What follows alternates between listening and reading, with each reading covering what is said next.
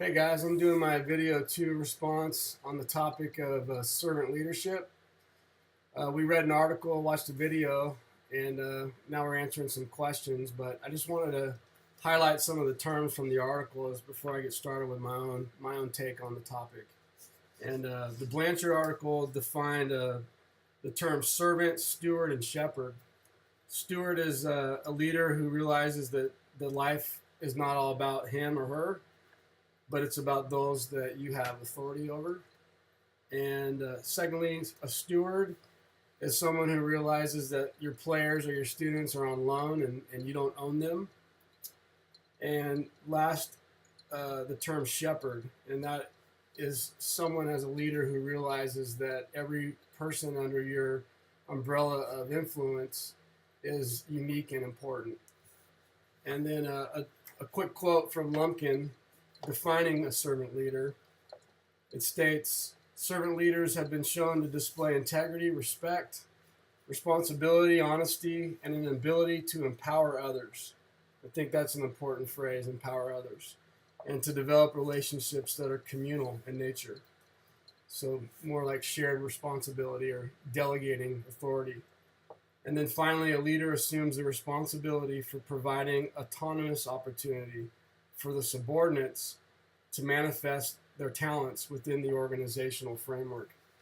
So in my PE position at my current school site, we have a lot of kids from a variety of backgrounds, and unfortunately, we have a lot of students who have some very they have some very dysfunctional family situations, and many of them come to school every day with a big chip on their shoulder because the people that they look to in their life as parents or adult figures as role models, they have let them down, and they naturally are already a little bit leery and a little bit critical of authority in their lives.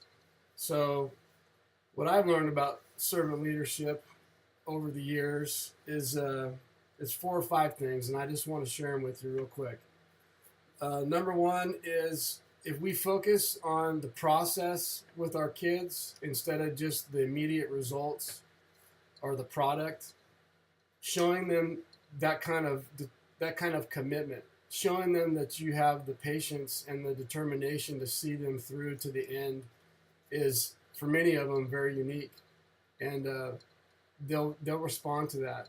They will respond to your commitment to them, to being the best that they can be. And that initially they may, dig their heels in a little bit, but as they see that you're patiently determined to guide them towards improvement, then they will respond.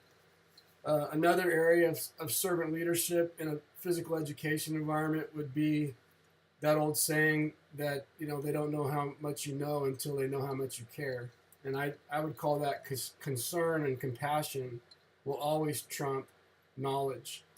You can utilize your servant leadership with your students to gain access really to a whole different realm of that student and that individual. But it needs to start off with a relationship, and a relationship is built on trust. And like I mentioned, many students today, depending on where you're teaching, they don't have a lot of trust for adults because they've been hurt or let down. So if you approach kids in a personable way, a compassionate way, they'll open up to you, and they'll be very willing to go down the path that you're guiding them down. But it can't be a demand, and it can't be something that's being forced down their throats. Another area of servant leadership is that concept of being a steward. I have many days after work where I'm frustrated with behaviors of my students that I wish they wouldn't be exhibiting. But the reality is, if it wasn't for my students, I wouldn't have a job. And I try to remind myself of that on those bad days, that these kids and their disruptive behaviors or their hostility at times towards me or towards each other, their disrespectfulness at times towards me or towards each other, It's part of the job, and it's part of developing their character and your own character at the same time. So we do not own our kids, and we should have the mentality of we're going to leave them better off than when we found them. At the end of the year, whatever their level of ability is or their behavior level, it should be better off at the end of the year when we're done with our time with them. And then the last kind of subtopic that goes with that is that something I've done over the years is I try to view the kids in my class as if they were my own kids. And I need to have that level of patience, that level of commitment, that level of creativity, because I think that's what a servant leader should do, is you treat those kids in your class as if they were your own. And obviously they're not, but you can display the same kind of love and concern that you would for your own kids when it comes to creating curriculum and working with your kids as they improve throughout the course of the year. And then finally, there's a little saying that kind of comes to mind with this idea of servant leadership, and that is that when the tide is high, all the ships will float higher. And what I mean by that is, as the teacher, as the adult figure, if you are demonstrating, integrity, you're demonstrating high character. You're telling your kids they can't use profanity, and you're abiding by that same standard.